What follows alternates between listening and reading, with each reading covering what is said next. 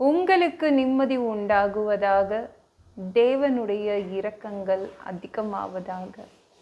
தேவன் என்ன சொல்கிறாங்கன்னா, சங்கீதம் 27:1, கர்த்தர் என் வெளிச்சமும் என் இரட்சிப்பும் ஆனவர், யாருக்கு பயப்படுவேன்? கர்த்தர் என் ஜீவனின் பலனானவர், யாருக்கு அஞ்சுவேன்? பயந்து பயந்து வாழ வேண்டியதுக்கு இருக்குது அப்படின்னு கவலைப்படுறீங்களா? எப்போ பார்த்தாலும் பயந்து பயந்து வாழ வேண்டியதாக இருக்குது.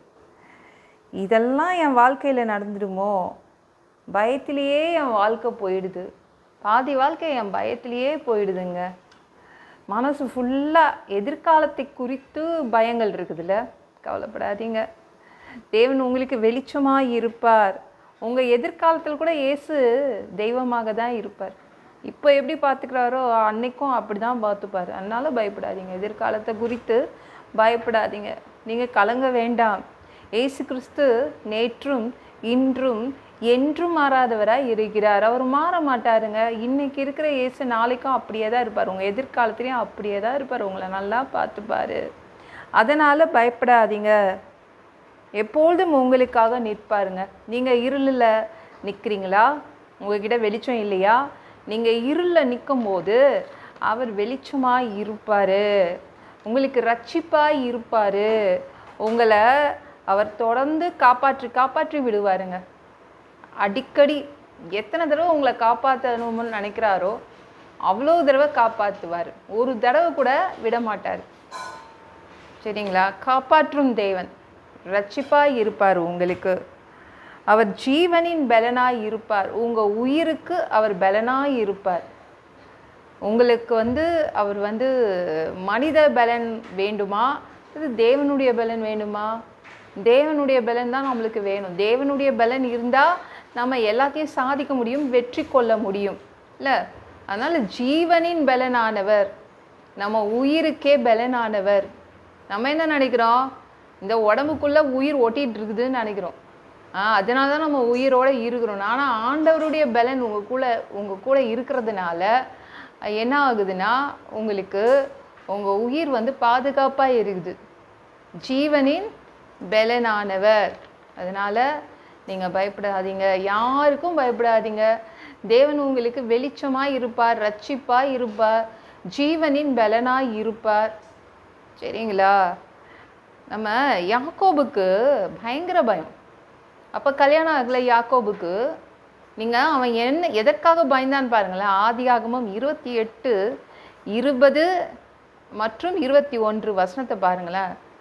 எதிர்காலத்தை குறித்து பயம் வந்துடுச்சு. ஏன்னா அவங்க அண்ணன் கொலை பண்ணுறதுக்காக துரத்துறான், அதனால் ஓடி வந்துட்டான். தூங்கி காலையில் எழுந்துக்கிறான். அந்த போகிற வழியில் தூங்கிட்டான். எழுந்து உட்காரும் போது கூட அந்த பயம் அவனை விட்டு விடலை. ஜெபம் பண்ணுறான். என்ன ஜெபம் பண்ணுறான்?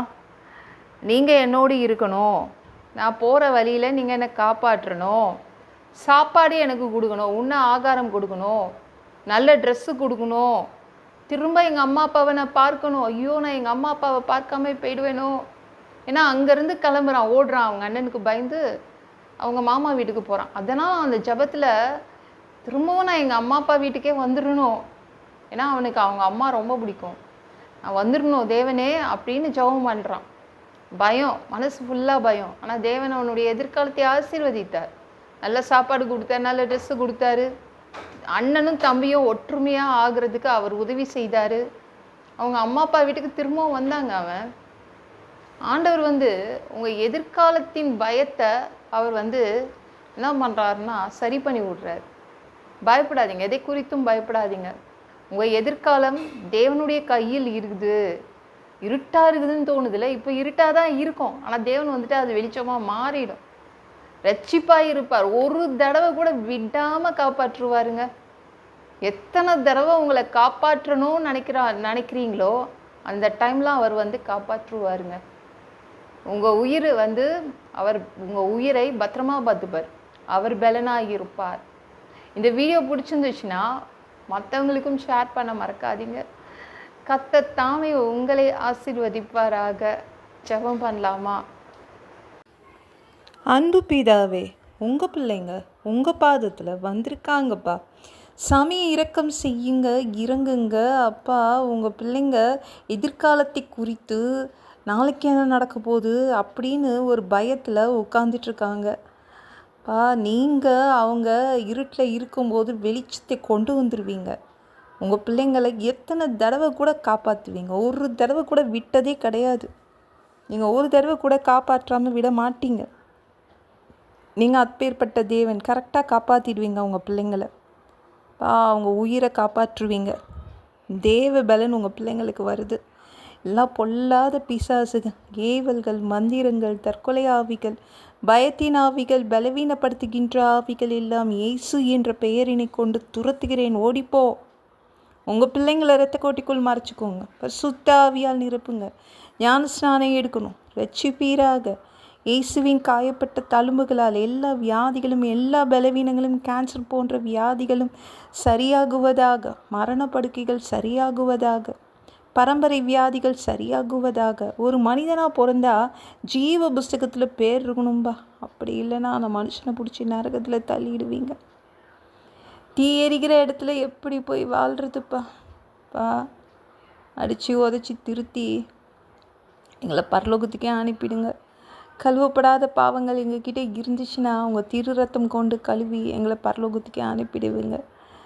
எந்த ஒரு இமை பொழுதுப்பா நீங்கள் வருவீங்கன்னு இயேசுவை வணங்கி காத்துட்ருக்கோம்.